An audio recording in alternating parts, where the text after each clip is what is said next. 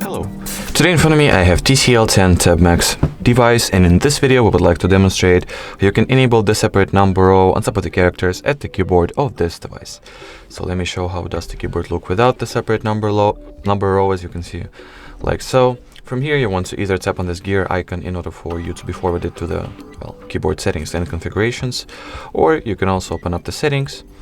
In here scroll all the way down and open up the system category. In here you want to hit straight for the languages and input section, virtual keyboard, Gboard, preferences, and in here just turn on this toggle. And as you will see now, that will effectively mean that you have successfully activated the separate number line at your keyboard. Alrighty, so that was it for this video. Thank you so much for watching, and bye bye.